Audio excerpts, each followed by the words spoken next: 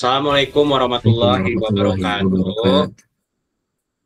wabarakatuh. Kami dari kelompok 3 akan mempresentasikan hasil diskusi kami yaitu mengenai sistem konsinyasi pada kewirausahaan. Sebelumnya perkenalkan anggota kelompok kami.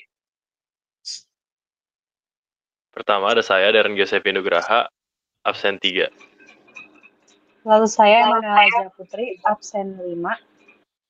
Lalu ada saya Muhammad Zikri, absen 11. Ada saya Nazifa Aila, absen 23.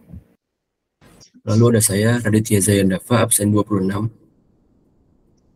Dan lalu saya terakhir, Sania Putri, absen 33.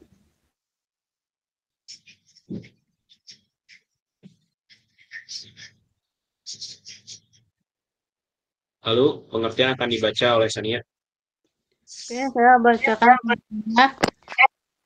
Konsinyasi adalah sistem penjualan dengan cara titip jual dari si pemilik toko kepada penjual toko dengan beberapa syarat ketentuan yang telah disepakati oleh bersama.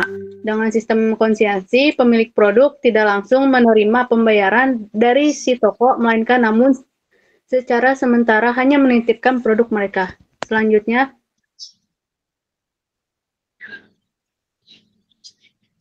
Selanjutnya, ada karakteristik dari konsinyasi.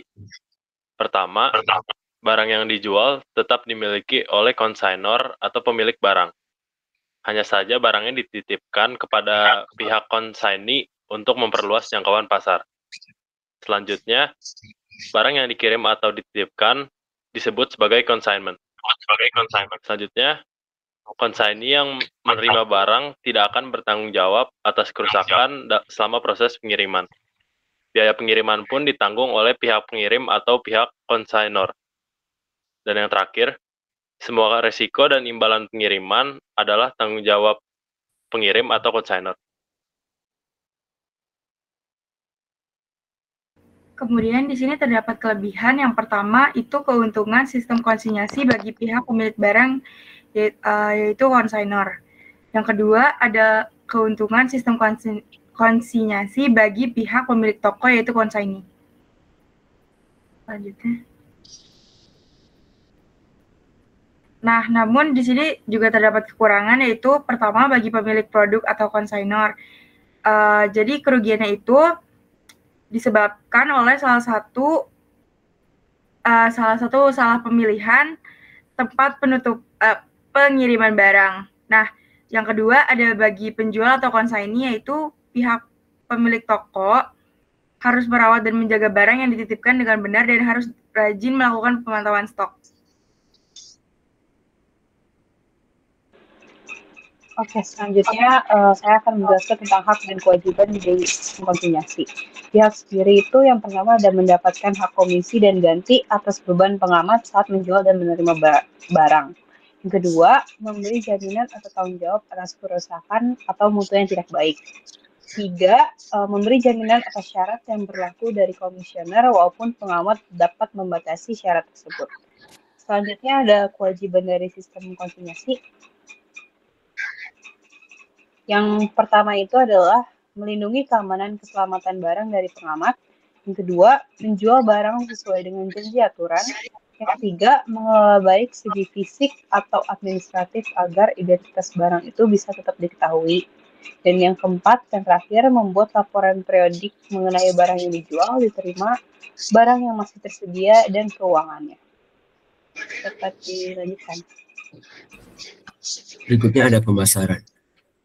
Komponen pemasaran adalah suatu proses sosial dan manajerial yang di dalamnya terdapat individu dan kelompok di mana mereka mendapatkan apa yang mereka butuhkan dan inginkan dengan menciptakan, menawarkan, dan mempertukarkan produk yang bernilai dengan pihak lain. Sebelum itu, mari kita bahas unsur-unsur yang tergabung dalam bauran pemasaran. Terdapat 4 bauran pemasaran. Yang pertama ada produk. Produk merupakan segala sesuatu yang bisa ditawarkan kepada pasar. Kedua ada harga, yaitu nilai uang yang ditukarkan. Ketiga ada tempat, yaitu lokasi di mana kita akan melakukan proses jual beli. Dan terakhir ada promosi, yaitu suatu komunikasi yang berguna untuk menyampaikan informasi kepada pasar. Lalu ada merancang pemasaran. Sebelum kita mulai sistem konsinyasi, biasanya kita selalu merancang pemasaran. Nah, di sini saya akan membacakan ataupun memberitahu kalian beberapa cara merancang pemasaran. Yang pertama itu kita bisa aja menerapkan promo dan mekanisme kerjasama yang menarik, lalu memastikan produk yang dijual memenuhi selera pasar yang dituju, lalu kita bisa melakukan monitoring terhadap pasar ataupun terhadap toko yang akan kita ajak kerjasama, lalu kita bisa melakukan perencanaan keuangan yang matang dan punya bisnis plan yang sangat matang. Lalu pastikan toko penyalur itu kredibel, lalu juga memperhitungkan dengan matang ambil dan peluang yang ada.